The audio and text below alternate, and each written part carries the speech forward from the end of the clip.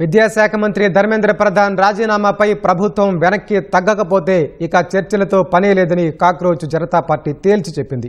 కేంద్ర ప్రభుత్వంతో మూడో విడత చర్చలకు కొన్ని గంటల ముందు సీజేపీ ఈ ప్రకటన చేసింది.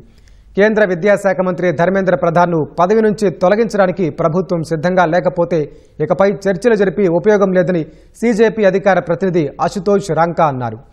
కాగా శుక్రవారం ఢిల్లీలోని కాన్స్టిట్యూషన్ క్లబ్లో కేంద్ర మంత్రులు జేపీ నడ్డా, జితేంద్ర సింగ్లతో సీజేపీ ప్రతినిధుల బృందం రెండో విడత చర్చలు జరిపింది.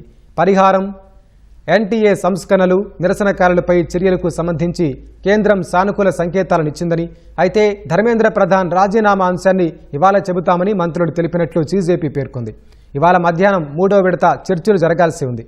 అయితే ధర్మేంద్ర ప్రధాన్తో రాజీనామా చేయించే యోచనే లేదని కేంద్ర వర్గాలు ఇప్పటికే తేల్చి చెప్పాయి. అలా చేస్తే తప్పుడు సంకేతాలు వెళ్తాయని పేర్కొన్నాయి.